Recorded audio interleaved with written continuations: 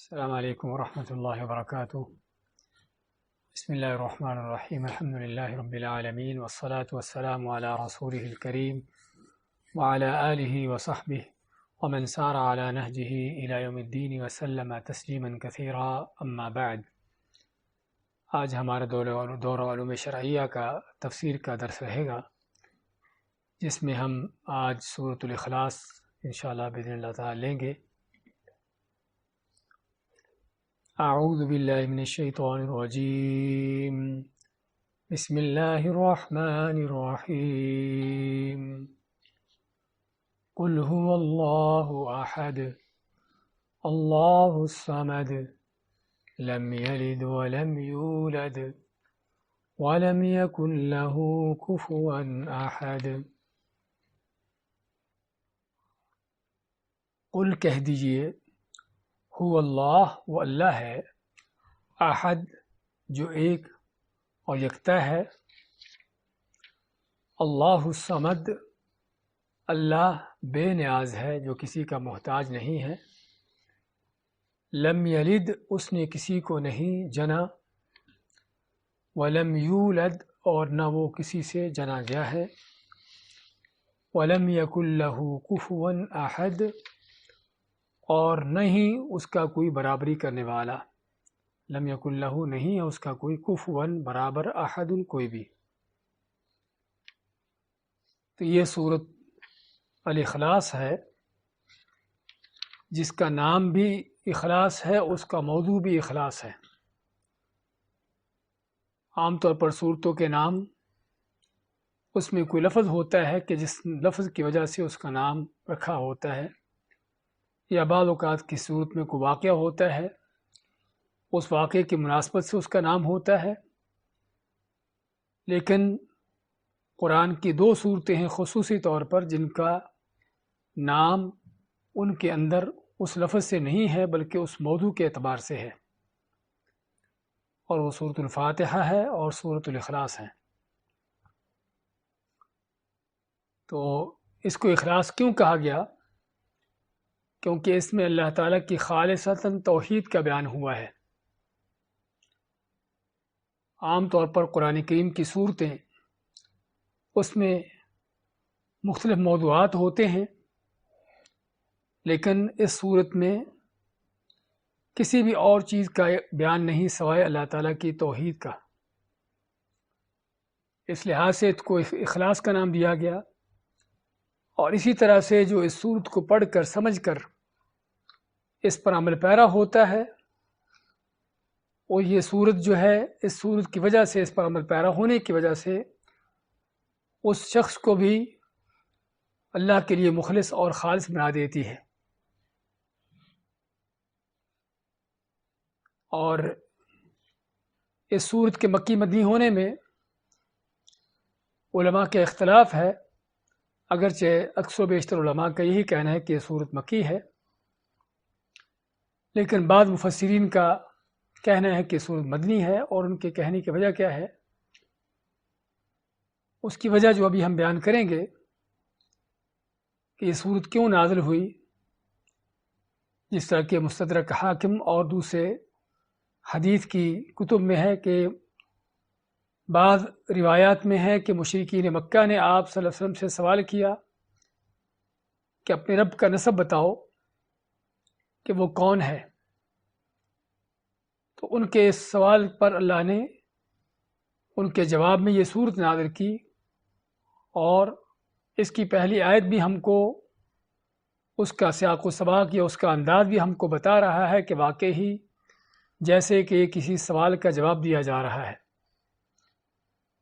تو بات کر رہے تھے کہ بعض روایتوں میں آتا ہے کہ مشرکین مکہ نے آپ سے سوال کیے، اور بعض دوسری روایات میں ہے کہ مدینہ کے یہودیوں نے، یا ایک روایت میں یہ بھی ہے کہ خیبر کے یہودیوں نے آپ سے سوال کیا اس بات کا کہ اپنے رب کے بارے میں بتاؤ کہ وہ کون ہے،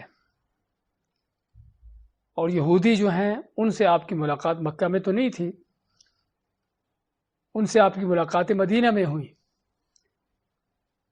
تو چنانچہ انہی روایتوں کی بنیاد پر بعض علماء نے اس کو مدنی کہا ہے، لیکن حقیقت میں صورت مکی ہے، اور اگر یہ روایات آتی ہیں کہ یہودیوں نے سوال کیا آپ سے اور اس پر آپ کو یہ صورت آپ پر نازل کی گئی، یہ صورت پڑھ کے سنانے کا حکم دیا گیا، تو یہ صرف اس صورت کے حوالے سے نہیں بلکہ اور بھی قرآن کریم کی اس طرح کی کئی آیات ہیں کہ جو مکہ میں نازل ہوئیں اور مدینہ میں کسی مناسبت سے ان صورتوں کو یا ان آیات کو پڑھ کے سنانے کا حکم دیا گیا۔ تو اس میں کوئی منافات نہیں ہے اس بات کی کہ اگر اس صورت کا مدینہ میں ذکر ہوتا ہے، مدینہ میں یعنی کہ ذکر ہوتا ہے اس کو پڑھ کے سنانے کا، تو اس کا مطلب کہ یہ صورت جو ہے مدینہ میں نازل ہوئی، بلکہ اصل مکہ میں نازل ہو چکی تھی، لیکن کسی سوال یا کسی مناسبت سے اس کو وہاں پر پڑھ کے سنانے کا حکم دیا گیا۔ تو اس لیے صحیح یہی ہے کہ صورت مکی ہے، اور مکی صورت ہونا ہی اس کا موضوع بھی اس پر دلالت کرتا ہے۔ اور اس صورت کا پس منظر کیا ہے جس کا ہم نے ذکر کیا کہ مشرکین کا یہ سوال کرنا، اور یہ سوال کیوں تھا، ہاں اس کے جاننے کے لیے ہمیں تھوڑا سا اس ماحول معاشرے کو دیکھنا ہوگا، جاننا ہوگا کہ کن حالات میں یہ صورت نازل ہوئی، اس وقت لوگوں کے کیا کیا عقائد تھے، کس طرح کے مشرکانہ ان کے تصورات تھے۔ تو چنانچہ جب دعوت توحید کا آغاز ہوتا ہے، نبی اکرم صلی اللہ علیہ وسلم اس کی دعوت دیتے ہیں توحید کی، تو اس زمانے میں مشرکین کے طرح طرح کے رب تھے، ان کے خدا تھے، کوئی پتھر کے ہیں، کوئی لکڑی کے ہیں، کوئی سونے چاندی کے ہیں، ان کی مختلف شکلیں صورتیں تھیں، اور اسی طرح ان کے خداؤں کی نسلیں بھی چلتی تھیں، اور ان کے خداؤں کو کھانے پینے کی ضرورت بھی ہوتی تھی، اس لیے وہ اپنے بتوں کے سامنے کھانا پینا رکھتے تھے۔ ہاں ضرورت تو نہیں ہوتی تھی لیکن کھاتے تو مجاور تھے، جس طرح کہ آج بھی قبروں پر بیٹھنے والے مجاور کھاتے ہیں، لیکن یہ دھندا جو ہے پرانا چلا آ رہا ہے۔ تو لیکن ان کے تصور میں یہ تھا کہ ہمارے معبود جو ہیں، ہمارے رب، ان کو کھانے کی ضرورت ہے، ان کو کھانا پیش کرتے تھے۔ اور تو اور بلکہ حتیٰ کہ یہودی اور عیسائی کہ جو اپنے آپ کو آسمانی دین کے حامل کہلاتے تھے، اس کے دعوے دار تھے، وہ بھی باقی مشرکوں سے ان چیزوں میں پیچھے نہ رہے۔ چنانچہ یہودیوں نے بھی اللہ کا بیٹا بنا دیا عزیر کو، عیسائیوں نے بھی عیسیٰ علیہ السلام کو اللہ کا بیٹا بنا دیا، اور مشرکین مکہ نے بھی فرشتوں کو اللہ کی بیٹیاں بنا دیا۔ اور اس کا معنی یہ ہے کہ پھر اللہ تعالیٰ کا اگر بیٹا ہے تو اس کی بیوی بھی ہونی چاہیے، اور اگر بیوی ہے تو اس کا کوئی ساس سسر بھی ہونا چاہیے۔ یعنی یہ مشرکین کے معبودات کے تصورات۔ اور پھر خصوصاً یہودیوں کے بارے میں ہم قرآن میں پڑھتے ہیں کہ ان کا رب کبھی فقیر بھی ہو جاتا ہے، کہ جو لوگوں سے بندوں سے قرضے مانگتا ہے، اور کبھی وہ کسی اپنے بندے سے کشتی بھی کر لیتا ہے۔ تو چنانچہ بات کر رہے تھے کہ یہ مختلف طرح کے تصورات جو سابقہ زمانوں میں مشرکین کے رہے ہیں، بلکہ بعض مشرکوں کا یہ بھی تصور تھا کہ وہ رب جو ہے کبھی کبھی زمین پر بھی اتر آتا ہے، کسی بندے کی، کسی انسان کی شکل میں، صورت میں۔ ہندوؤں کے ہاں جو اوتار کا عقیدہ ہے، اور صرف ہندوؤں کے ہاں نہیں بلکہ ہمارے بعد مسلمان کہلانے والے، کلمہ پڑھنے والے بھی، وہ بھی ہندوؤں سے پیچھے نہیں رہے۔ ان کا بھی جو بڑا ہے، ان کا گرو ہے، اس نے کہہ دیا کہ وہی جو مستوی عرش تھا خدا ہو کر، اتر پڑا مدینہ میں مصطفیٰ ہو کر۔ کیا معنی؟ کہ جو عرش پر رب کے معنی سے تھا، وہی جو ہے مدینہ میں مصطفیٰ بن کر آ گیا۔ تو یہ بھی عقیدے پائے گئے۔ تو بات کر رہے تھے کہ اس طرح کے گمراہ کن باطل اور عقیدے اور گمراہ کن تصورات ان کے ربوں کے بارے میں، معبودوں کے بارے میں پائے جاتے تھے۔ تو اسی لحاظ سے انہوں نے پھر سوال کیا کہ اپنے رب کے بارے میں بتاؤ کہ وہ رب جس کی طرف تم ہمیں دعوت دیتے ہو وہ کون ہے۔ تو چنانچہ اللہ تعالیٰ نے اس صورت کو نازل کر کے، جس کے صرف چند الفاظ ہیں اس میں اپنا تعارف بھی کروا دیا کہ میں کون ہوں، اور ساتھ مشرکین کے ان سارے تصورات جس کا ہم ذکر کیا ہے اور آگے مزید بھی بیان ہوگا، ان کے ان باطل عقائد کی، ان باطل تصورات کا بھی رد کر دیا، ان کا قلقمہ کر دیا۔ تو یہ سورت جو صرف چند الفاظ پر مشتمل ہے، حقیقت میں چند الفاظ پر ہونے کے باوجود بہت عظیم سورت ہے، اور اسی لیے نبی کریم صلی اللہ علیہ وسلم نے اس کو ثلث القرآن کا نام دیا ہے۔ جس طرح کہ صحیح بخاری میں ہے کہ ایک صحابی رات بھر رات کی نماز میں اسی سورت کو پڑھتا رہا، بار بار دہراتا رہا۔ تو کسی دوسرے نے اس کو جب یہ سنا تو اس نے جب دیکھا کہ بار بار یہی سورت پڑھ رہا ہے اور کوئی دوسری سورت نہیں پڑھ رہا، تو نبی صلی اللہ علیہ وسلم کے پاس اس بات کا تذکرہ کیا، بات کی، تو آپ نے جب اس بات کو بھانپا جانچا کہ واقعی ہی آدمی اس کو کم سمجھ رہا ہے، تو آپ نے اس کو بتایا کہ والذی نفسی بیدہ انہا لتعدل ثلث القرآن، کہ اس ذات کی قسم جس کے ہاتھ میں میری جان ہے کہ یہ سورت جو ہے قرآن کے تہائی حصے کے برابر ہے۔ یعنی صرف اس چند الفاظ کی سورت کے پڑھ لینے سے قرآن کے تیسرا حصہ پڑھنے کا اجر مل جاتا ہے۔ اسی طرح اس سورت کی فضیلت کے بارے میں ایک دوسری حدیث میں ہے کہ ایک صحابی جس کو آپ نے ایک لشکر کے ساتھ بھیجا، ان کا امیر تھا، تو ان کو جب بھی جماعت کرواتا تو اس نماز میں یہی سورت پڑھتا۔ تو جب آپ صلی اللہ علیہ وسلم کے پاس واپس آئے تو آپ سے لوگوں نے بتایا کہ اس طرح سے یہ نماز میں سورت فاتح کے بعد یہی سورت پڑھتا ہے، یا اور قرات کرنے کے بعد بھی اس سورت کو لازمی پڑھتا۔ تو آپ نے کہ اس سے پوچھو کہ وہ اس طرح سے کیوں کرتا ہے، سلوہ لأی شیء یصنع ذلک، کہ اس سے پوچھو کہ وہ ایسا کیوں کرتا ہے۔ تو اس سے جب پوچھا گیا تو اس نے کہا انہا صفت الرحمن وانا احب ان اقرا بها، اس نے کہا کہ اس میں اللہ تعالیٰ کی رحمان کی صفت کا بیان ہے، تو چنانچہ میں چاہتا ہوں کہ اس سورت کو تلاوت کروں۔ تو ماتے ہیں کہ صحابی نے کہا کہ میری محبت ہے سورت کے ساتھ، تو آپ ماتے ہیں اخبروہ ان اللہ یحبہ، کہ اس کو بتا دو کہ اللہ اس سے محبت کرتا ہے۔ اسی طرح کا واقعہ ایک دوسرے صحابی کا آتا ہے کہ جو مسجد قباء کا امام تھا، مدینہ میں جو دوسری بڑی مسجد تھی، جب کہ اسلام کی سب سے پہلی مسجد، تو وہ بھی اسی طرح سے جب سورت فاتح کے بعد تلاوت کرتا تو اپنی تلاوت جو ہے سورت اخلاص کے ساتھ ختم کرتا۔ تو لوگوں نے آپ کے پاس اس بات کی شکایت کی، تو آپ نے ان سے کہا کہ پوچھو اس سے کہ وہ ایسا کیوں کرتا ہے۔ تو اس نے کہا کہ مجھے اس سورت سے محبت ہے۔ تو آپ میں کہ اگر اس کو اس سورت سے محبت ہے تو اللہ تعالیٰ اس سے محبت کرتا ہے۔ اس طرح کی کچھ احادیث ہیں جس سے پتہ چلتا ہے کہ اس سورت کی کیا عظمت ہے، کیا فضیلت ہے، اور فضیلت کیوں ہے۔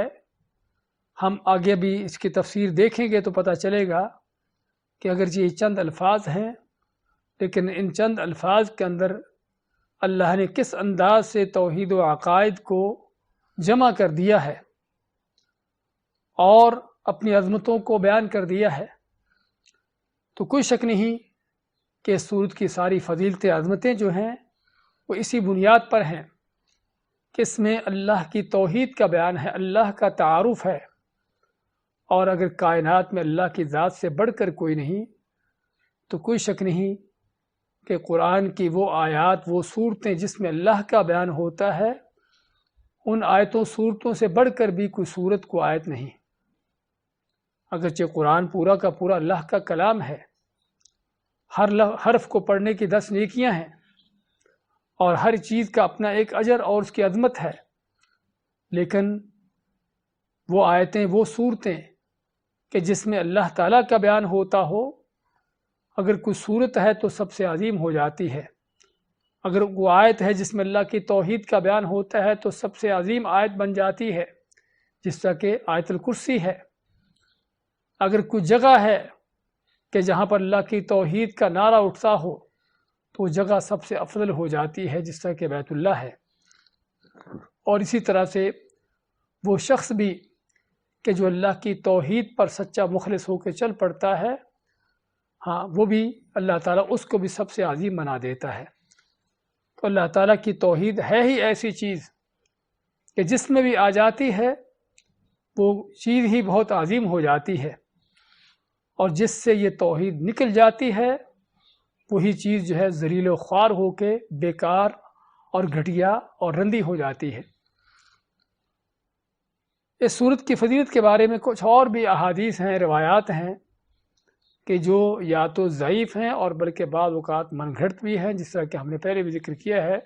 صورتوں کی فضیلتوں میں اکثر بیشتر جو چیزیں ذکر کی جاتی ہیں، لیکن صورت اخلاص کی فضیلت میں یہ حدیثیں جو ہم نے ذکر کی ہیں صحیح بخاری کی، مسلم کی بھی ہیں، لیکن کچھ دوسری ہیں کہ جس میں اس صورت کو 100 دفعہ پڑھنا اور کوئی 10 دفعہ پڑھنا اور اس طرح سے کر کے، تو اس کے بارے میں علماء کی جو تحقیق ہے، جس طرح کہ علامہ شوکانی رحمۃ اللہ علیہ نے ان روایات کی تحقیق کی ہے اور ان کا ضعیف ہونا قرار دیا ہے، اور نتیجہ یہ نکلتا ہے کہ صرف صحیح احادیث سے اس صورت کا صرف 3 مرتبہ پڑھنا ہی ثابت ہے، اس سے زیادہ مرتبہ ایک وقت میں پڑھنا ثابت نہیں ہے۔ اب ویسے اللہ تعالیٰ کی صفت کا بیان ہے، اگر آدمی اس صورت کو پڑھتا بھی رہے بار بار لیکن بغیر کسی تعداد کو مقرر کیے تو ہم نہیں کہیں گے کہ صورت کو بار بار پڑھنا منع ہے۔ جس طرح کوئی صحابی کے آپ نے حدیث سنی ہے کہ وہ رات بھر اپنی نماز میں اسی صورت کو پڑھتا رہا، لیکن اس نے اس صورت کی کوئی تعداد مقرر نہیں کی تھی۔ اور ہمیں یہاں پر ایک اور چیز کا اندازہ ہونا چاہیے یا پتہ ہونا چاہیے کہ بدعت جو ہے وہ صرف کوئی ایسی چیز نہیں ہوتی کہ جو نئی ہو اسلام میں بالکل، جس کا وجود ہی نہ ہو۔ ہم بعض اوقات ایسا عمل ہوتا ہے کہ جو اصل تو عمل ثابت ہے، لیکن اس عمل کو کرنے کا کوئی انداز بدل دیا، اس کی کوئی تعداد مقرر کر دی، اس کا کوئی وقت خاص کر دیا، اس کے لیے کوئی خاص کیفیت اپنا لی، تو یہ بھی ساری بدعات بن جاتی ہیں۔ اس چیز کا بھی ہمیں خیال رکھنا چاہیے۔ کوئی یہ نہ سمجھے کہ قرآن کی صورت ہے، پڑھنا سنت ہے، نمازوں کے بعد بھی پڑھنا سنت ہے، سونے سے پہلے بھی اس کو پڑھنا سنت ہے، تو پھر میں اس کو 50 مرتبہ 100 مرتبہ اس کی تعداد مقرر کر کے پڑھتا رہوں۔ ہم کہیں گے پڑھو جتنا پڑھنا چاہتے ہو، چاہے ہزاروں بار کیوں نہ پڑھو، لیکن تعداد مقرر نہ کرو سوائے اس تعداد کے جو اللہ کے نبی صلی اللہ علیہ وسلم نے مقرر کی ہے۔ اور یہ ہے آپ صلی اللہ علیہ وسلم سے سچی محبت اور عقیدت کا اس کا تقاضا کہ ہم وہی کام کریں، اسی انداز سے کریں، اسی تعداد میں کریں کہ جو اللہ کے نبی صلی اللہ علیہ وسلم نے ہم کو دی ہے۔ اس سے آگے پیچھے ہٹنا یہ اللہ کے نبی کی سنت سے منہ پھیرنا ہے، آپ کی سنت سے روگردانی کرنا ہے، اور جو پھر نیکی کے بجائے وہ بدعت بنتی ہے، جو بدعت گمراہی ہے، اور جس گمراہی کا ٹھکانہ آگ ہے۔ اس لیے ہمیں ان باتوں کو سمجھنے کی ضرورت ہے۔ بہت سے لوگ اس طرح کی چیزوں پر اعتراض کرتے ہیں، بھی قرآن ہی تو پڑھ رہے ہیں، کون سی غلط چیز کر رہے ہیں۔ ہم کہیں کہ قرآن پڑھیے، قرآن کی کوئی بھی صورت، کوئی بھی آیت پڑھیے، اور صورت اخلاص جو سب سے یہ عظیم ترین صورت ہے، اس کو پڑھیے آپ جتنا پڑھ سکتے ہو، لیکن اس کا معنی یہ نہیں کہ آپ اس کی تعداد مقرر کر کے کوئی اس کا خاص انداز اس کے اپنائیں، ایسی چیزیں نہیں ہیں۔ تو یہ تھا اس صورت کا کچھ پس منظر اور اس کی فضیلت کے بارے میں کوئی بیان کیا۔ اس کے بعد ہم آتے ہیں اس کی تفسیر کی طرف۔ تو اللہ فرماتا ہے قل هو اللہ احد، قل کہہ دیجئے، ہوا وہ ہے اللہ، اللہ کی ذات، احد جو اکیلا ہے، یکتا ہے۔ تو ہم نے ذکر کیا پہلے بھی کہ یہ آیت جو ہے قل هو اللہ احد، اس کے الفاظ ہم کو یہ اندازہ دے رہے ہیں، یہ بات بتا رہے ہیں کہ جیسے کسی سوال کا جواب دیا جا رہا ہے۔ اور واقعی جس طرح ذکر کیا ہے کہ مشرکین کا یا یہودیوں کا آپ سے سوال تھا، تو اس سوال کے جواب میں اللہ نے یہ نازل کیا ہے کہ کہہ دیجئے کہ وہ اللہ جس کے بارے میں تم پوچھتے ہو، یہ جس کے بارے میں تم کو دعوت دیتا ہوں، وہ اللہ ہے۔ قل هو اللہ، کہہ دو کہ وہ اللہ ہے۔ اچھا، یہاں پر تھوڑا رکتے ہیں، کہہ دو کہ وہ اللہ ہے، اس کا معنی کیا ہے کہ جن کو مخاطب کیا جا رہا ہے اس آیت سے، مشرکین مکہ ہوں یا یہودی ہوں یا دوسرے لوگ ہوں، کافر ہوں، وہ اللہ کو جانتے ہیں، تبھی تو ان کو بتایا جا رہا ہے کہ جس کا میں نام لیتا ہوں، جس کی دعوت دیتا ہوں، وہ اللہ ہے۔ کیونکہ آدمی کسی ایسی چیز کے بارے میں بتائے کہ جس کو لوگ جانتے ہی نہ ہوں ان کے سوال کے جواب میں، تو ایسا جواب دینا بیکار ہے، کیونکہ جواب وہی مفید ہوتا ہے کہ جس کو سننے والا سمجھ سکے، اس کو جان سکے۔ ایسا جواب دیں جس کو سننے والے کو سمجھ نہ آئے، اس جواب کا فائدہ کیا ہوگا؟ تو یہاں پر بھی اللہ تعالیٰ فرماتا ہے کہہ دو کہ میں جس رب کی تم کو دعوت دیتا ہوں وہ اللہ ہے۔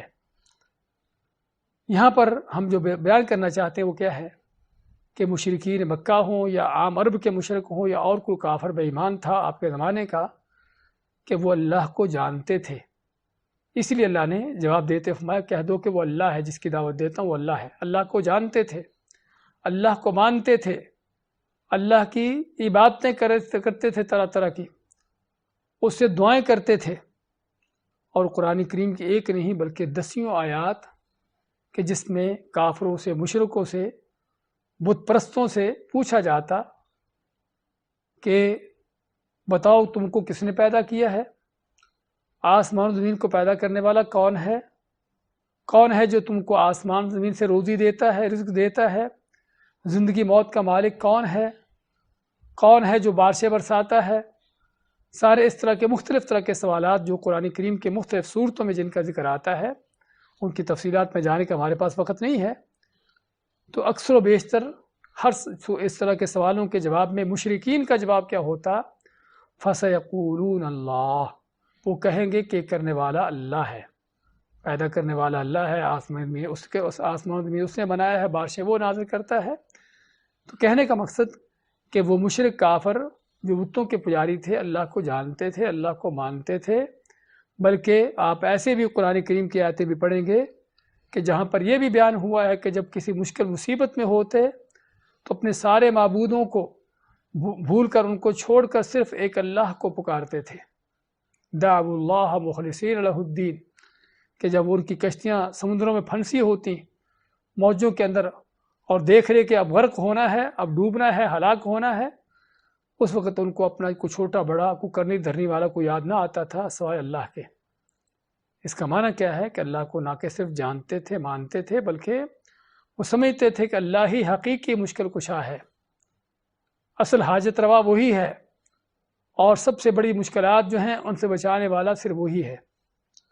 اور یہ سابقہ مشرکوں کے عقیدہ آج کے مشرکوں کے تھوڑا مختلف اس لحاظ سے کہ وہ تو مشکلات میں جب پھنستے تھے تو صرف اللہ کو پکارتے تھے، لیکن آج کے مشرک ہاں کلمے وہ 6 پڑھتے ہیں ویسے پڑھنے کو، لیکن مشکلات بھی آتی ہیں تو تب بھی ان کو اللہ یاد نہیں آتا، ان کو تب بھی اپنے چھوٹے بڑے کرنی دھرنی والے یاد آتے ہیں، انہی کو پکارتے ہیں۔ تو بات کر رہے تھے کہ یہاں پر اللہ تعالیٰ کا یہ جواب دینا قُلْ هُوَ اللَّهُ، کہہ دو کہ وہ اللہ ہے۔ اس میں سب سے پہلے تو اس بات کا بیان ہوا کہ مشرکین مکہ یا عام عربوں کے کافر مشرک اللہ کو جانتے مانتے تھے، اور اس میں اس کو بیان کرنے کا مقصد کیا ہے؟ مقصد ان مشرکوں کا رد کرنا ہے۔ آج کے شرک پھیلانے والی قوم جو اسلام کے نام سے اور کلموں کے نام سے لوگوں کو شرک سکھا رہے ہیں، پڑھا رہے ہیں، ان کے پراپیگنڈے کیا ہے کہ قرآن میں جس شرک کا ذکر ہوا ہے، جن مشرکین کی بات ہوئی ہے، وہ تو بتوں کے پجاری تھے، وہ تو اللہ کو مانتے نہیں تھے، اللہ کو جانتے نہیں تھے۔ لیکن یہ قل ہو اللہ کی آیت ہی ہم کو بتاتی ہے کہ اللہ کو مانتے جانتے تھے، سارا کچھ تھا۔ اور اس کے علاوہ 10 آیتیں اور بھی ہیں کہ جو اس بات کی اور بھی واضح کھل کر دلیلیں ہیں کہ وہ اللہ تعالیٰ کی باتیں بھی کرتے تھے، اللہ ہی کو پکارتے تھے بعض حالات میں۔ تو اس لیے یہ آج کے مشرکوں کا پراپیگنڈا کہ جس شرک کا قرآن میں ذکر آیا ہے وہ ان لوگوں کا شرک تھا جو اللہ کو مانتے نہیں تھے، یہ ان کا صرف جھوٹ ہے، لوگوں کو گمراہ کرنے کا، بہکانے کا صرف ایک طریقہ ہے کہ تاکہ وہ لوگوں کو جو اللہ سے ہٹ کر اوروں کی پوجا پر لگا رکھا ہے، بزرگوں ولیوں پر، وہ چلتے رہیں اور ان کا یہ داؤ کامیاب رہے۔ پہلی چیز تو یہ ہے۔ دوسری چیز قل هو اللہ، اللہ کا لفظ جو ہے یہ کیا ہے؟ یہ اللہ تعالیٰ کا وہ ذاتی نام ہے کہ جو صرف اللہ کی ذات ہی کے لیے استعمال ہوا ہے اور ہونا چاہیے۔ حتیٰ کہ اسلام سے پہلے کفر شرک کی حالت میں بھی، جاہلیت کے اندر بھی کسی نے بھی اللہ کا لفظ جو ہے، اللہ کا یہ نام اللہ کی ذات کے سوا کسی اور کو نہیں دیا۔ تو اس لیے اللہ کا یہ وہ ذاتی نام ہے کہ جو اللہ کی صرف ذات ہی کے لیے استعمال ہوتا ہے، کسی اور کے لیے اس کا استعمال کرنا منع ہے۔ اور اس کے علاوہ اللہ تعالیٰ کے صفاتی نام ہیں، الرحمن، الرحیم، القدیر، یہ سبھی نام اس طرح کے صفاتی نام ہیں، لیکن یہ اللہ کا ذاتی نام ہے۔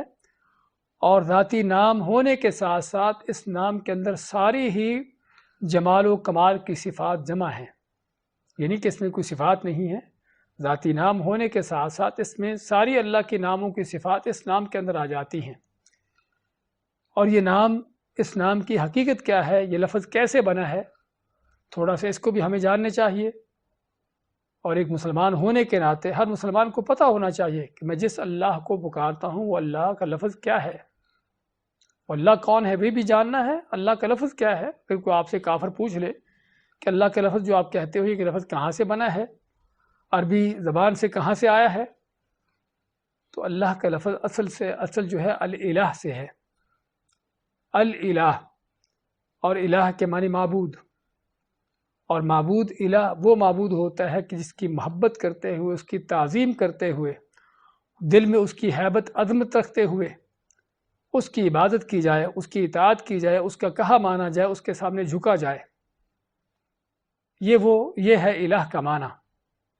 الہ کا معنی عربی کے اندر، ویسے تو ہم اس کو معبود کا ترجمہ کرتے ہیں، لیکن اس کا تفصیلی معنی کیا ہے کہ الہ کا معنی کہ وہ ذات کہ جس کی محبت کرتے ہوئے، تعظیم کرتے ہوئے، اس کی ہیبت کے ساتھ، اس کی عظمت کے ساتھ، ان چیزوں کے ساتھ اس کی عبادت کی جائے، اس کی اطاعت کی جائے، اس کا حکم مانا جائے، اس کے سامنے جھکا جائے۔ تو یہ الہ کے حوالے سے یہ چیزیں آتی ہیں ساری الہ کے معنی کے اندر، جس کو ہم معبود کا ترجمہ اس کا کرتے ہیں۔ تو اصل اللہ کا لفظ الالہ سے ہے۔ الالہ، اب اس میں آپ جس طرح دیکھتے ہیں اس طرح سے الالہ کہنے میں تھوڑی سی ایک دقت ہو رہی ہے، اور عربی زبان کی فصاحت و بلاغت یہ ہے کہ ہر وہ لفظ جس کے پڑھنے میں، بولنے میں کچھ مشکل ہو، پھر اس کو آسان کیا جاتا ہے۔ آسان کرتے ہوئے کیا کرتے ہیں، اس میں جو مشکل کا پہلو ہے اس کو ختم کر دیا جاتا ہے۔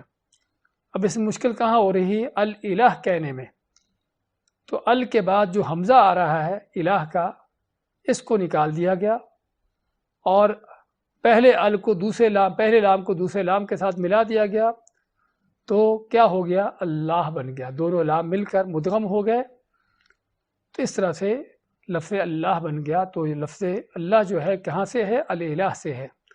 اور الالہ کے معنی کہ وہ ہستی، وہ چیز جس کی تعظیم، محبت، اس کی عظمت کرتے ہوئے، اس کی ہیبت دل میں رکھتے ہوئے اس کی عبادت کی جائے، اس کی اطاعت کی جائے، اس کا کہا مانا جائے، اس کی فرمانبرداری کی جائے۔ تو یہ سارے معنی الہ کے اندر آتے ہیں۔ اور بلکہ پھر الہ کے اندر یہ بھی ہے کہ اس کے اندر معبود ہونے کی، یعنی کہ صفت جو ہے کہ جو سچا معبود ہو، حقیقی معبود ہو، جو الالہ ہے۔ ویسے تو الہ کا ال کے بغیر الہ کوئی بھی معبود سچا ہو یا جھوٹا ہو، لیکن الالہ کا لفظ صرف سچے معبود پر استعمال ہوتا ہے جو اللہ کی ذات ہے۔ تو ماتا اللہ تعالیٰ قل هو اللہ احد، ہاں جس رب کی تم پوچھتے ہو کہ وہ کون ہے، وہ اللہ ہے، کہ جس کو تم سبھی جانتے ہو پہلے سے ہی، تمہارے باپ دادا بھی جانتے ہیں۔ اور وہ اللہ کون ہے، احد، ہاں سب سے پہلے اللہ تعالیٰ نے اپنا تعارف یہاں سے اس انداز سے کروایا کہ پہلے تو وہ اپنا نام بتایا کہ میں اللہ ہوں، پھر وہ کون ہے، وہ احد، وہ ایک ہے، یکتا ہے، اکیلا ہے۔ اکیلا کس میں ہے، اپنی ذات میں اکیلا ہے، کہ جس کے سوا کوئی کائنات میں اس کے سوا کوئی دوسری ذات نہیں۔ اللہ تعالیٰ اپنی ذات میں اکیلا ہے۔ اسی طرح اپنے معبود برحق ہونے میں اکیلا ہے۔ اور ذات میں اکیلا ہونے کا معنی کہ اس کے سوا کوئی دوسرا نہیں، کہ اللہ تعالیٰ کے ساتھ کوئی دوسرا نہیں، یعنی ایک سے زیادہ اللہ نہیں ہے، کہ اللہ کی ذات کی طرح ہی کا کوئی دوسرا بھی اللہ ہو، کائنات میں کوئی دوسرا اللہ نہیں ہے، بلکہ وہ اپنی ذات میں اکیلا ہے۔ اور دوسرا یہ کہ وہ اپنے معبود برحق ہونے میں اکیلا ہے، جس طرح اس کی ذات میں اس کے ساتھ کوئی دوسرا نہیں، اس کا کوئی ثانی نہیں ہے، ایسے ہی اس کے معبود ہونے میں بھی اس کا کوئی ثانی دوسرا کوئی اس کے ساتھ نہیں کہ جس کی عبادت کی جائے۔ اور تیسرا کہ وہ احد اکیلا ہے کہ جس کی تقسیم نہیں، جس کے کوئی حصے جز نہیں بنتے، جس کے ٹکڑے نہیں ہوتے۔ تو چنانچہ اللہ نے اس ایک ہی لفظ کے اندر، اس ایک ہی لفظ احد کے لفظ کے اندر جو ہے طرح طرح کے مشرکین کے جو عقائد ہیں ان کی تردید کی ہے۔ کن کن طرح کے عقائد کی تردید کی ہے یا ذرا سنتے چلے جائیے۔ مجوسیوں کے عقائد کی تردید کی ہے۔ مجوسی آگ کی پوجا کرنے والے، ان کے ہاں دو رب ہیں، دو خالق ہیں، ایک خیر کا خالق ہے، ایک شر کا خالق ہے۔ خیر کے خالق کو یزداں کہتے ہیں اور شر کے خالق کو اہرمن کا نام دیتے ہیں۔ تو ان کے ہاں ایک الہ نہیں بلکہ دو الہ ہیں، دو رب ہیں۔ اس ایک لفظ کے اندر، احد کے اس لفظ کے اندر تثلیث کا عقیدہ، تین خداؤں کو ماننے والوں کے عقیدے کا رد ہوا، عیسائیوں کے عقیدے کا، کہ جنہوں نے کہا کہ اللہ بھی رب ہے اور جبرائیل بھی رب ہے اور عیسیٰ بھی رب ہے، تین رب ہیں اور تینوں مل کر ایک بنتے ہیں، ایک جمع ایک جمع ایک برابر ایک۔ اب یہ کون سا کوئی ریاضی کا فلسفہ ہے کہ جو کسی کو سمجھ آتا ہو سوائے ان عقل کے اندھے عیسائیوں کو؟ تو ان عیسائیوں کا بھی رد ہو گیا کہ وہ اللہ تین نہیں، وہ احد ہے، وہ ایک ہے۔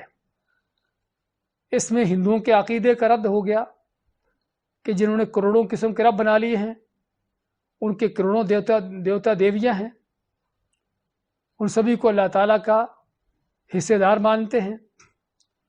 اور اس میں وحدت الوجود رکھنے والے گمراہ کن قسم کے اسلام کے نام لیواؤں کا بھی رد ہو گیا کہ جو کیا کہتے ہیں وحدت الوجود کا معنی کہ کائنات میں جو بھی کچھ نظر آتا ہے یہ سبھی اللہ ہی ہے، نعوذ باللہ۔ یعنی جو بھی تم کو نظر آتا ہے، کوئی انسان ہو یا حیوان ہو، کوئی پتھر ہو یا کوئی درخت ہو، کوئی سورج ہو یا چاند ہو، یہ سبھی اللہ ہے، نعوذ باللہ۔ وحدت الوجود کا عقیدہ اس کا بھی رد ہو گیا کہ وہ اللہ ایک ہے، اس کے سوا باقی سبھی مخلوق ہے۔ اسی طرح ان لوگوں کا بھی رد ہو گیا کہ جو اللہ تعالیٰ کے سوا کسی اور کو اختیارات دیتے ہیں، جو اختیارات اللہ کے ہیں، کیونکہ اوروں کو اللہ کے اختیارات دینے کا معنی کہ یہ بھی پھر اللہ اکیلا نہیں بلکہ اللہ کے ساتھ کو اور بھی ہیں کہ جو اللہ کے کاموں کو نپٹانے والے ہیں، جو اللہ کی خدائی میں، اللہ کی ملکیتوں میں شریک ہیں۔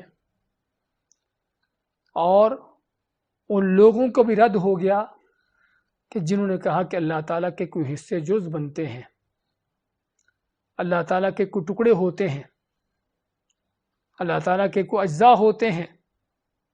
جس طرح کہ کسی نے کہنے والے نے کیا کہا، بلکہ ہمارے بہت بڑی جماعت کلمہ پڑھنے والوں کی، اسلام کا نام لینے والوں کی، جو کیا کہتے ہیں کہ آپ صلی اللہ علیہ وسلم نور من نور اللہ، کہ آپ اللہ کے نور میں سے نور ہیں۔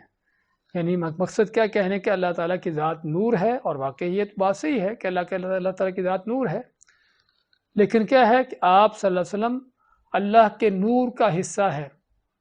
یعنی دوسرے الفاظ میں آپ یہ کہیے کہ اللہ کے نور کا ایک حصہ الگ ہو کر محمد صلی اللہ علیہ وسلم کی شکل میں آ گیا۔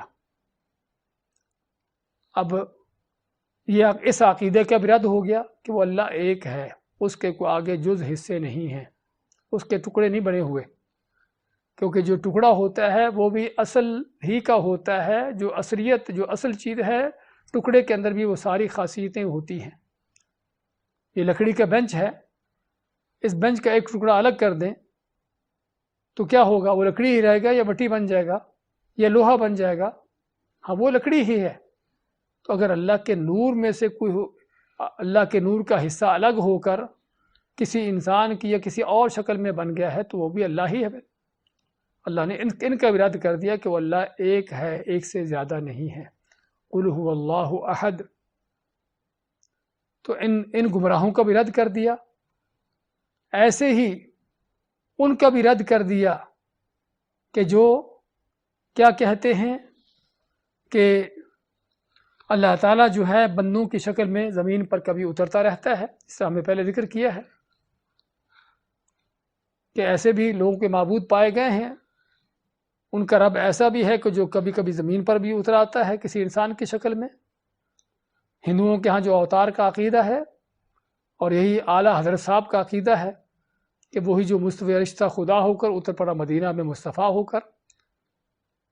اب اس سے آپ اندازہ لگا لیں کہ یہ کہنے والا کون ہے، اس کا کیا عقیدہ ہے، اور یہ عقیدہ کس کے عقیدے کے ساتھ مل رہا ہے، کیا مسلمانوں کا عقیدہ ہے یا ہندوؤں کا عقیدہ ہے، اور پھر یہ شخص کون ہونا چاہیے، یہ فیصلہ آپ کے اوپر چھوڑ دیتے ہیں۔ ہم نہیں فتویٰ لگاتے کہ وہ کون ہے۔ تو کہنے کا مقصد صرف اس ایک لفظ کے اندر اللہ تعالیٰ نے ان طرح طرح کے لوگوں کا رد کر دیا، بلکہ ایک اور بھی طرح کے لوگوں کا رد کر دیا، جنہوں نے کیا کہا کہ بندہ بعض اوقات عبادت کر کر کے خود وہ بھی اللہ بن جاتا ہے۔ ایسے بھی صوفی گمراہ کن قسم کے ملا پائے گئے اسلام کے نام لیوا، کہ جن کے گمراہ کن باطل عقیدوں کے اندر کیا ہے کہ آدمی بعض اوقات عبادت میں اس قدر آگے بڑھ جاتا ہے کہ وہ بھی عبادت کر کر کے اللہ ہی بن جاتا ہے۔ تو چنانچہ ان کے پاس ایک حدیث ہے، دلیل ہے، اور حدیث بھی صحیح حدیث ہے۔ اللہ تعالیٰ کیا فرماتا ہے کہ میرا بندہ نفل عبادت کر کے میرے قریب ہوتا رہتا ہے حتیٰ کہ میں اس سے محبت کرنے لگ جاتا ہوں۔ اور پھر آگے فرماتا اللہ تعالیٰ کہ میں اس کے ہاتھ بن جاتا ہوں جن سے پکڑتا ہے، اس کے پاؤں بن جاتا ہوں جن سے چلتا ہے، اس کی آنکھیں بن جاتا ہوں جن سے دیکھتا ہے، اس کے کان بن جاتا ہوں جن سے سنتا ہے۔ ہاں، تو انہوں نے کیا سمجھا اس حدیث سے کہ آدمی عبادت کر کر کے خود ہی اللہ بن گیا ہے، نعوذ باللہ۔ حالانکہ حدیث کا آخر اور یہ طریقہ کار ہوتا ہے باطل پرستوں کا، گمراہوں کا، کہ اپنی گمراہی کے لیے قرآن کی کسی آیت کو توڑ کر تھوڑا سا حصہ اس کا اٹھا لیا، کسی حدیث کو موڑ کر اس کا کوئی حصہ توڑ کر اپنے حصے اپنے مقصد کے لیے لے لیا، باقی چھوڑ دیا۔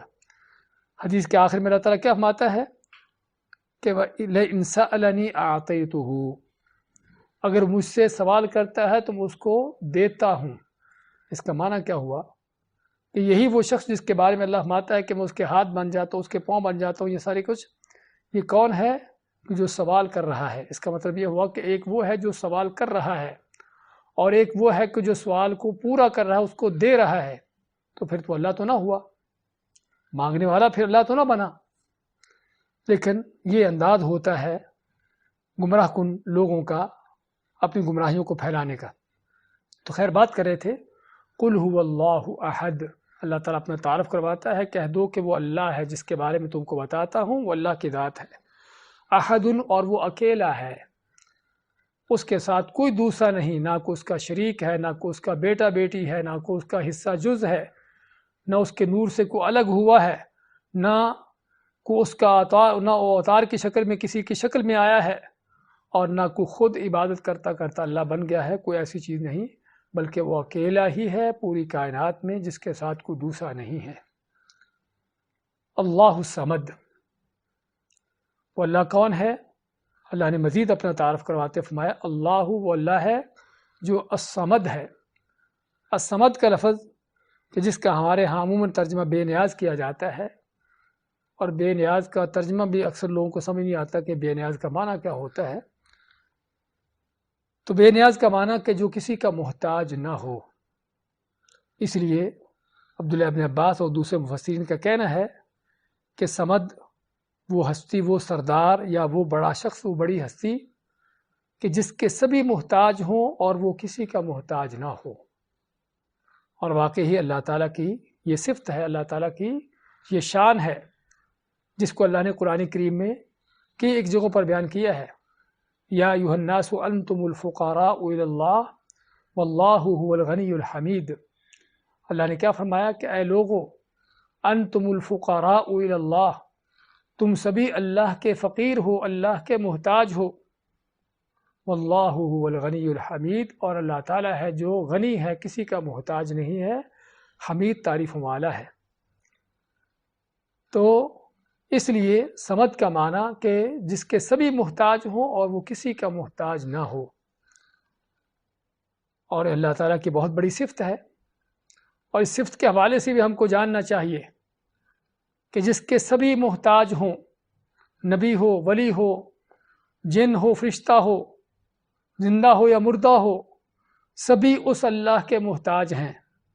اور اگر اللہ کے وہ محتاج ہیں تو کیا عبادت کے لائق ہیں؟ جو خود اوروں کا محتاج ہے، کیا پھر اس کی بھی عبادت کی جا سکتی ہے؟ کیا اس کو بھی پوجا جا سکتا ہے اللہ سے ہٹ کر، اللہ کو چھوڑ کر؟ جو خود محتاج ہے تو ان کے سبھی محتاج ہیں اللہ تعالیٰ کے، لیکن اللہ ہے جو کسی کا محتاج نہیں ہے۔ واللہ هو الغنی الحمید، اللہ تعالیٰ ہے جو غنی ہے، کسی کا محتاج نہیں۔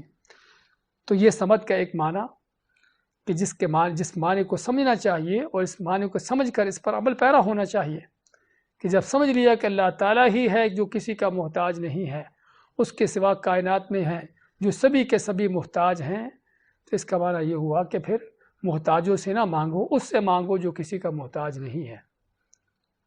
اور سمد کا دوسرا معنی یہ بھی کیا گیا ہے کہ جس کا پیٹ نہ ہو، کیونکہ پیٹ ہوگا تو کیا ہے، کھانے پینے کی ضرورت ہوگی، کھوکھلا ہوگا، اور جس سے کچھ نکلتا نہ ہو۔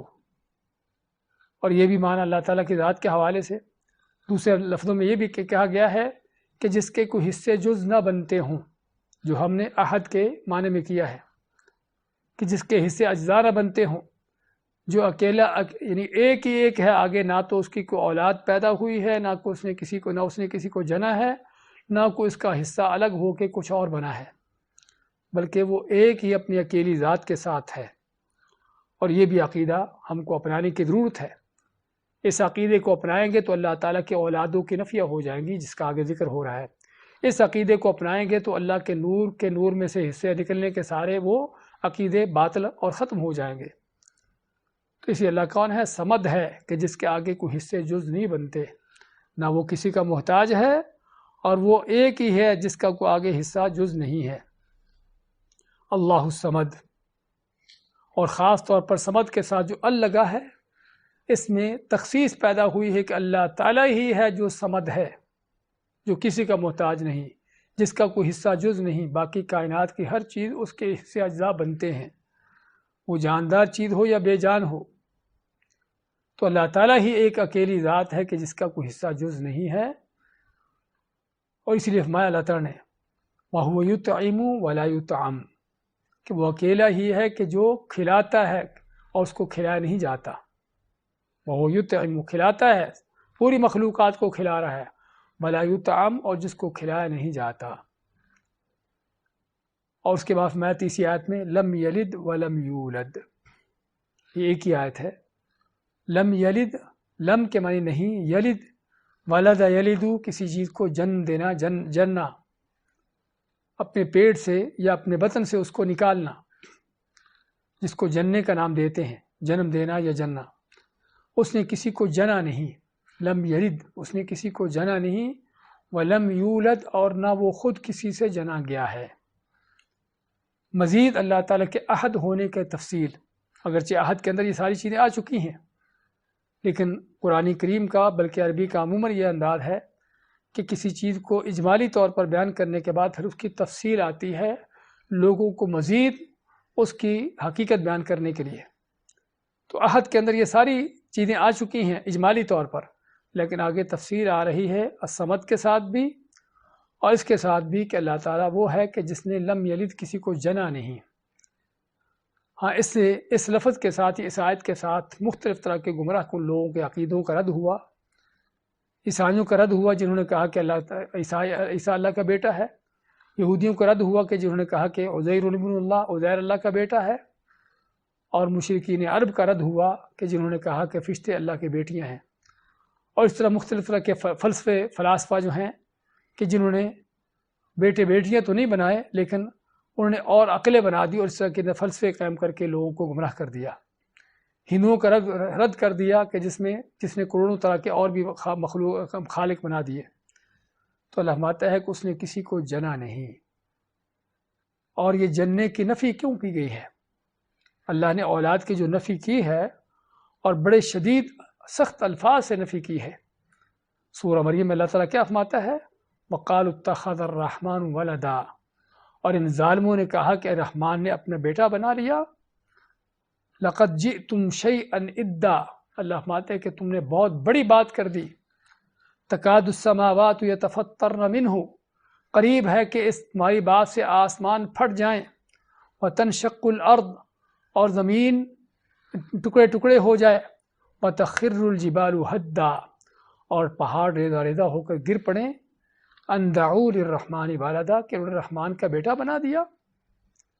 تو بات کر رہے تھے کہ اللہ تعالیٰ نے قرآن کریم میں بھی جگہ جگہ پر اپنے اولاد ہونے کی سختی سے نفی کی ہے اور شدت سے اس کا رد کیا ہے. اور حدیث قدسی میں اللہ تعالیٰ کیا فرماتا ہے، جس طرح کہ بخاری کی حدیث ہے، اللہ فرماتا ہے کذبنی ابن آدم ولم یکن لہ ذلک، کہ آدم کا بیٹا انسان مجھے جھٹلاتا ہے حالانکہ اس کا حق نہیں تھا. وشتمنی ولم یکن لہ ذلک، اور مجھے گالی دیتا ہے حالانکہ اس کا حق نہیں تھا مجھے گالی دینے کا. فاما تکذیبہ ایایا، مجھے جھٹلانے کا اس کا کیا انداز ہے کہ جو یہ کہتا ہے کہ میں مرنے کے بعد اس کو دوبارہ زندہ نہیں کر سکوں گا، اور حالانکہ اس کا پہلی بار پیدا کرنا یہ میرے لیے مشکل نہیں تھا، تو کیا دوبارہ اس کو پیدا کرنا مشکل ہو جائے گا. اور اس کا مجھے گالی دینے کا انداز کیا ہے کہ جو یہ کہتا ہے اتخذ اللہ ولدا، کہ اللہ نے بیٹا اولاد بنا لی.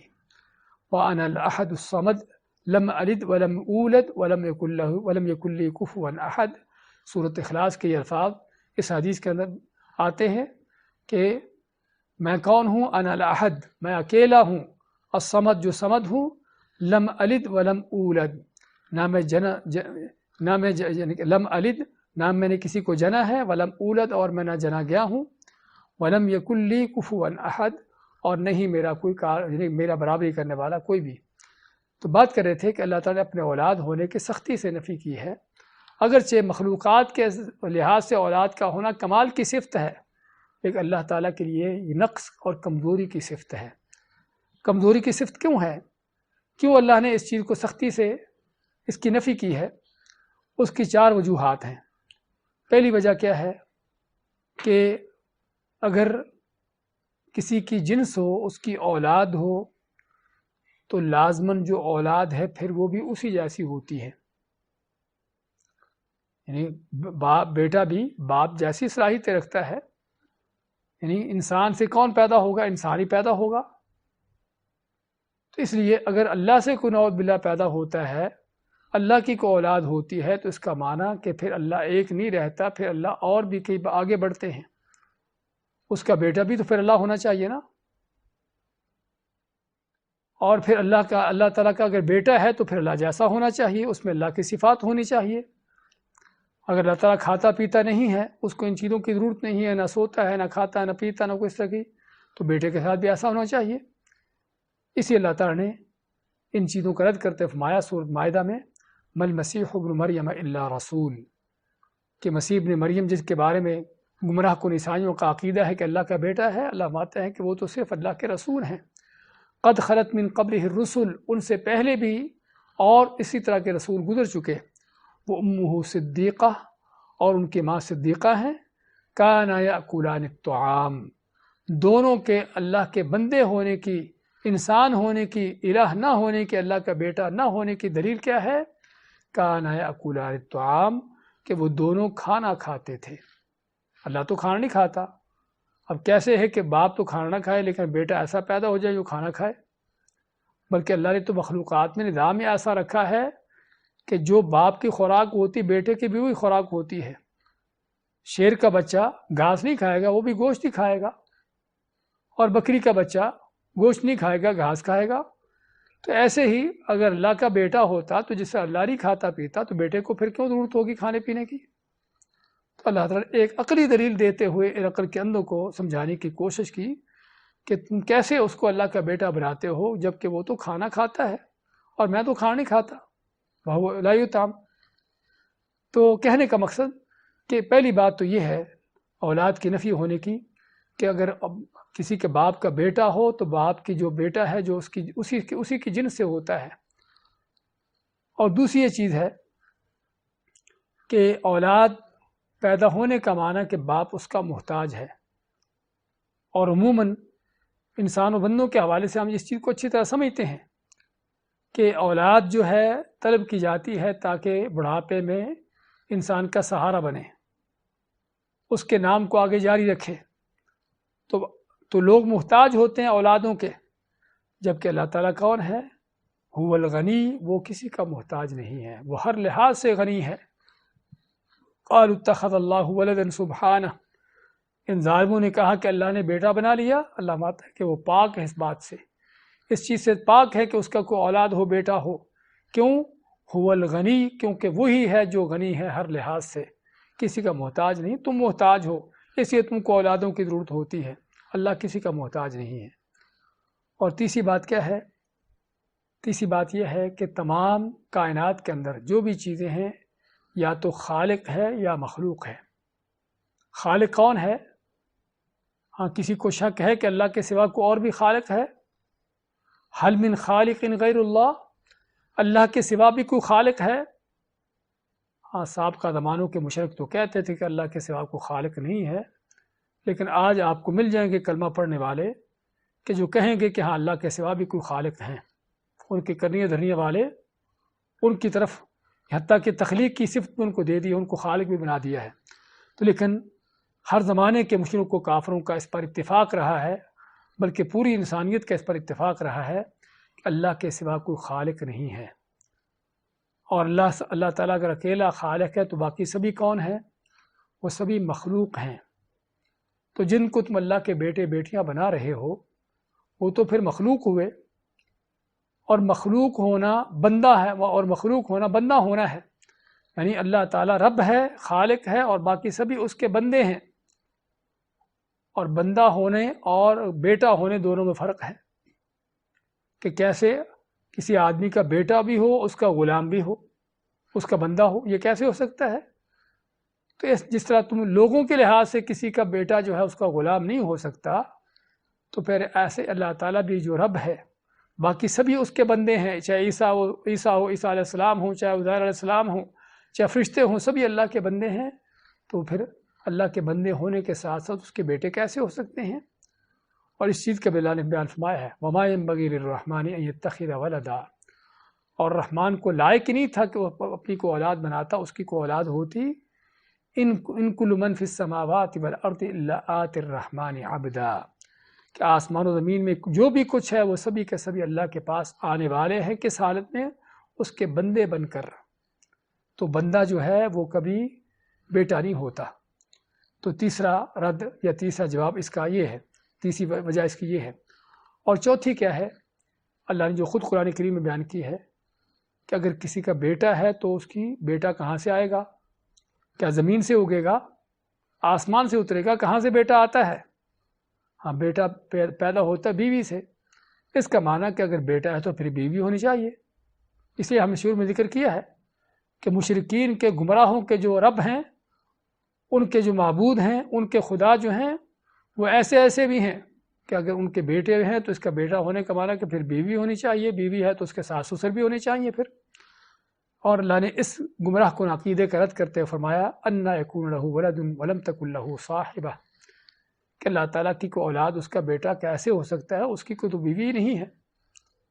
تو اگر تم خود تصور کرتے ہو کہ بیوی کے بغیر بیٹا نہیں ہوتا تو پھر اللہ کا بیٹا کہاں سے آ گیا؟ تو اللہ تعالیٰ نے اسی طرح پانچواں ایک رد اور بھی ہم کہیں گے کہ وہ یہ بھی ہے کہ بیٹوں کی اولاد کی ضرورت ہوتی ہے نسل کو باقی رکھنے کے لیے، نسل کو آگے چلانے کے لیے، اور نسل کو اس کو چلانے کی ضرورت ہوتی ہے جو ختم ہو جاتا ہے۔ ہم انسانوں کا جو نظام ہے وہ یہی ہے کہ دنیا میں آتے ہیں، ایک وقت تک اس دنیا میں زندگی گزارتے ہیں، اس کے بعد ہم ختم ہو جاتے ہیں۔ تو ہمیں پھر ضرورت ہوتی ہے کہ ہماری کوئی اولادیں ہوں کہ جو ہماری جن سے نسل ہماری جاری رہے، ہمارا نام زندہ رہے۔ اس کا معنی یہ ہوا کہ مخلوقات کو ضرورت ہے نسلوں کی، اولادوں کی، نسلوں کو چلانے کے لیے، کہ جبکہ اللہ کو اس کی ضرورت نہیں ہے۔ وہ ہمیشہ سے ہے، ازل سے ہے، اور ہمیشہ تک ہے، نہ وہ کبھی اس کا عدم تھا کہ اس کا وجود نہ ہو، اور نہ ہی وہ کبھی فنا ہو سکتا ہے کہ اس کا وجود ختم ہو جائے، کہ اس کو کسی بیٹے کی ضرورت ہو کہ جب وہ ختم ہو جائے نعوذ باللہ تو اس کا بیٹا اس کی جگہ لے لے۔ ایسی کوئی چیز نہیں ہے۔ اس لیے یہ 5 بڑی بڑی دلیلیں ہیں اللہ تعالیٰ کے اولاد نہ ہونے کی، لیکن قرآن کریم کی یہ واضح اور دو ٹوک آیات، ایک نہیں دسیوں آیتیں اور احادیث کے اندر اس عقیدے کو جو کھل کر بیان کیا گیا، اور عقل بھی کہ جو اس بات کا تقاضا کرتی ہے، لیکن اس کے باوجود دیکھیے کہ شیطان نے کس انداز سے لوگوں کو گمراہ کر رکھا ہے اور کس انداز سے اندھا کیا ہوا ہے کہ باتوں کو سمجھنے کے لیے، اس کو سوچنے کے لیے تیار ہی نہیں ہے۔ فرمایا ولم یولد، اور نہ وہ کسی سے جنا گیا ہے، یعنی نہ ہی اللہ کا کوئی باپ ہے، نہ ہی اللہ سے اوپر کوئی اس کا اوپر تھا کہ جس سے اللہ تعالیٰ پیدا ہوتا۔ اور اس چیز کے بارے میں بھی آپ صلی اللہ علیہ وسلم کا فرمان ہے، کان اللہ ولم یکن شیء قبلہ۔ صحیح بخاری کی حدیث میں آپ فرماتے ہیں کہ اللہ تعالیٰ تھا اور اللہ سے پہلے کچھ بھی نہ تھا، یعنی اللہ تعالیٰ ازل سے ہے، ہمیشہ سے ہے، کہ اس کا کوئی باپ نہیں کہ جس سے پیدا ہوا ہو، کیونکہ اگر باپ ہوگا تو جس طرح اللہ تعالیٰ اس باپ سے پیدا ہوا ہے اور باپ نہیں ہے، ایسے نعوذ باللہ کبھی ایسا بھی وقت ہوگا کہ جب اللہ نہیں ہوگا اس کا بیٹا ہوگا۔ ہاں اگر باپ ہے تو پھر آگے نسل چلنے کا سلسلہ بھی آتا ہے پھر، اس لیے لم یولد، وہ کسی سے جنا نہیں گیا۔ اور دوسری حدیث میں اللہ کے نبی فرماتے ہیں کہ تم میں سے کسی کے پاس شیطان آتا ہے کہ تم اپنے باپ سے پیدا ہوئے ہو، تمہارا باپ تمہارے اپنے دادا سے اپنے اس طرح سے نسل چلی ہے، تو تم اس دوسرے سے پیدا ہوئے ہو، تو تمہارے باپ کو یعنی اللہ نے بنایا، آدم کو اللہ نے بنایا، اللہ کو کس نے بنایا؟ اللہ کہاں سے آیا؟ اور یہ بہت سے لوگوں کے ذہن میں اس طرح کے اشکالات پیدا ہوتی ہیں۔ آپ میں کہ جب اس طرح کی چیز آئے تو شیطان کا وسوسہ ہے جس کو جھٹک دینا چاہیے، اس کو نکال دینا چاہیے، کیونکہ اللہ تعالیٰ ہمیشہ سے ہے، وہ ہمیشہ جو ہمارے تصورات سے بالاتر ہے۔ آخر میں کیا فرمایا؟ وَلَمْ يَكُنْ لَهُ كُفُوًا أَحَدٌ، وَلَمْ يَكُنْ، اور نہیں ہے لہو اس کا، کفواً، کفو کا لفظ جو ہوتا ہے جس کو ہم سر اور برابری کرنے والا، جوڑ کا، برابر کا، مثل کا، اس طرح کے نام دیے جاتے ہیں کہ جس کی مثل کوئی نہیں، جس کے برابری کرنے والا کوئی نہیں، جس جیسا کوئی نہیں۔ اور اس میں بھی سابقہ ہی احد کی ہی تفسیر چل رہی ہے۔ احد کے اندر یہ معنی آ جاتا ہے، لیکن یہاں پر مزید بھی کہ اللہ تعالیٰ کا ٹھیک ہے، کوئی اس کا وہ صمد ہے، اس سے کوئی حصہ جز تو نہیں کہ اس کے جز کا الگ ہو کر کوئی اور ہو گیا ہو، نہ ہی اس کا کوئی بیٹا ہے، نہ کوئی اس کی اولاد ہے۔ لیکن چلو بیٹا نہیں ہوگا، اس کا جز حصہ نہیں ہوگا، تو شاید کوئی اور ہوگا جو اللہ تعالیٰ کے برابر ہو۔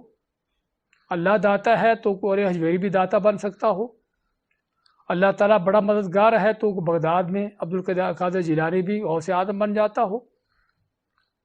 اللہ تعالیٰ اگر لوگوں کو خزانے مال و دولت دینے والا ہے تو پاک پتن کا بابا فرید بھی وہ بھی گنج بخش بن جاتا ہو۔ تو کوئی ایسا بھی ہے کچھ؟ اللہ نے اس کے بھی رد کر دیا۔ وَلَمْ يَكُنْ لَهُ كُفُوًا أَحَدٌ، کائنات میں احد، کوئی ایک بھی، پوری کائنات میں کوئی بھی اس کے برابری کرنے والا نہیں، نہ کوئی نبی ہے، نہ کوئی جن ہے، نہ کوئی انسان ہے، نہ کوئی فرشتہ ہے، نہ کوئی ولی بزرگ ہے، نہ کوئی زندہ مردہ ہے، کوئی بھی اس کے برابری کرنے والا نہیں۔ دوسرے معنی میں کہ جو اللہ کی صفات ہیں، جو اللہ کے اختیارات ہیں، وہ صرف اسی کے پاس ہے۔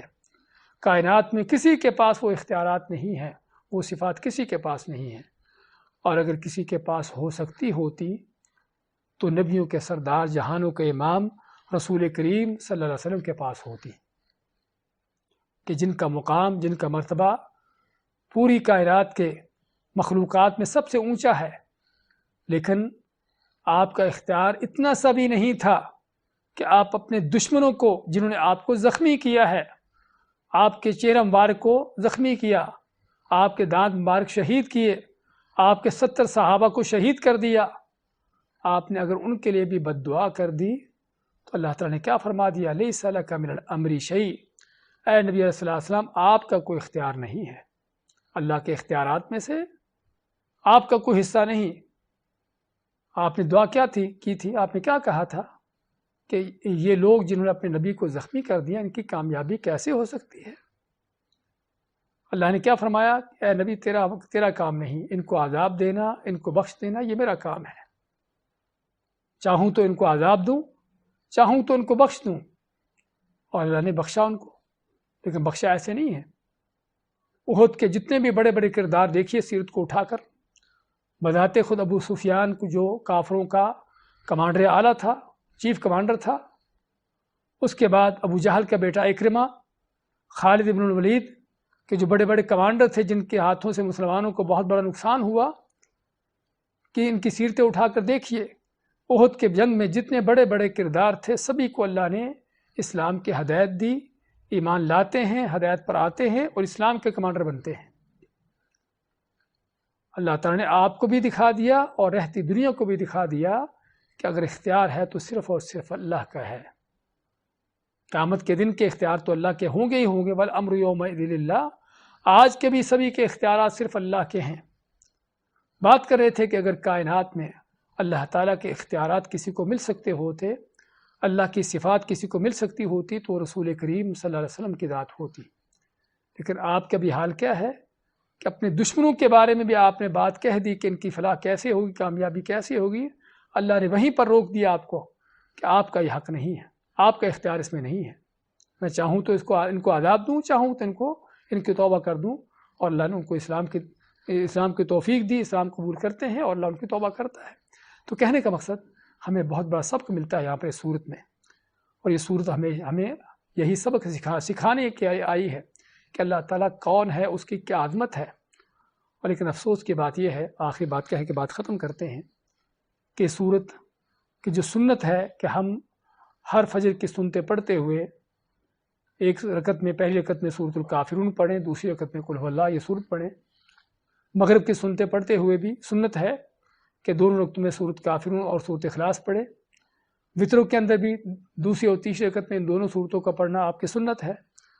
طواف کرنے کے بعد بھی جو 2 رکعتیں پڑھتے ہیں ان دونوں سورتوں کا پڑھنا آپ کی سنت ہے. نمازوں کے بعد معوذتین کے ساتھ اس سورت کو پڑھنا سنت ہے. اور فجر مغرب کے بعد بلکہ 3 بار دہرانا سنت ہے. سونے سے پہلے بھی سنت ہے کہ اس سورت کے ساتھ معوذتین پڑھی جائیں. یعنی دن میں بار بار ہمیں یہ سورت پڑھنے کی تعلیمات ہیں. سنت آپ کی سنت سے ثابت ہے کہ ہم اس کو پڑھیں. اور اس سے مزید آگے بڑھ کر ہمارے بہت سے لوگوں کو نمازوں میں فاتحہ کے بعد سوائے سورت کے اور کوئی سورت آتی نہیں پڑھنا چاہیے. بہت عظیم سورت ہے، جتنی بھی پڑھ سکتے ہیں پڑھیے بغیر کوئی تعداد مقرر کیے.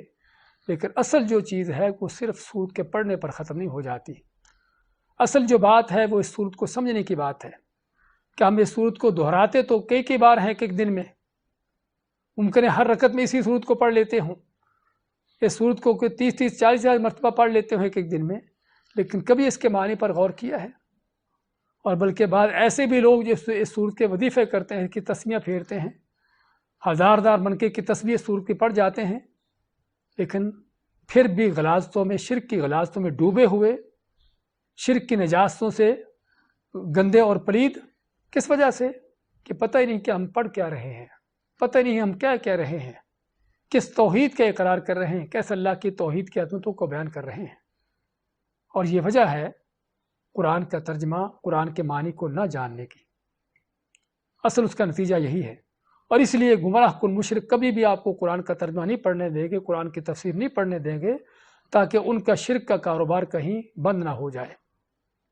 اس لیے ہم چاہیں گے اس سورت کو پڑھتے ہوئے، اس سورت کا درس حاصل کرتے ہوئے کہ اس سورت کو پڑھیں، بار بار پڑھیں. اور خصوصاً جن نمازوں میں، جن اوقات میں نبی اکرم صلی اللہ علیہ وسلم کی سنت سے ثابت ہے پڑھنا، خاص طور پر پڑھنے کا اہتمام کریں. لیکن صرف اس کے الفاظ کے ساتھ نہیں، بلکہ اس کے معنی کو جانتے ہوئے، اس کے معنی پر غور و فکر کرتے ہوئے، اس سورت کے تقاضوں کو پورا کرتے ہوئے. اور یقین کریں کہ اگر آدمی ایک بار بھی اس سورت کو کبھی سمجھ کر پڑھ لے، اس کے الفاظ پر غور کرتے ہوئے کہ میں کس توحید کو پڑھ رہا ہوں، کس توحید کا اقرار کر رہا ہوں، اور اللہ تعالیٰ کی کیا عظمت توحید بیان کر رہا ہوں، تو پھر ممکن نہیں کہ اللہ سے ہٹ کر کسی اور کے سامنے گرے جا کر، اللہ کو چھوڑ کر کسی اور سے مانگے، پھر کسی اور سے فریادیں کرے، پھر کسی اور سے امیدیں لگا لے مشکل کشا ہونے کی، حاجت روا ہونے کی. ہاں، یہ صورت ہم کو اس بات کا پیغام دینے کے لیے آئی ہے. دوبارہ دیکھیے، قل کہہ دیجئے هو اللہ احد، کہ وہ اللہ ایک ہے، یکتا ہے، جس کے ساتھ کوئی دوسرا نہیں ہے.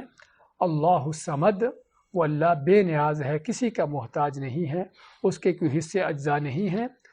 لم یلد، جس نے کسی کو جنا نہیں، ولم یولد، اور نہ وہ خود کسی سے جنا گیا ہے. ولم یکن لہ کفوا احد، اور وہ نہ خود اس کا کوئی بھی دنیا میں برابری کرنے والا نہیں.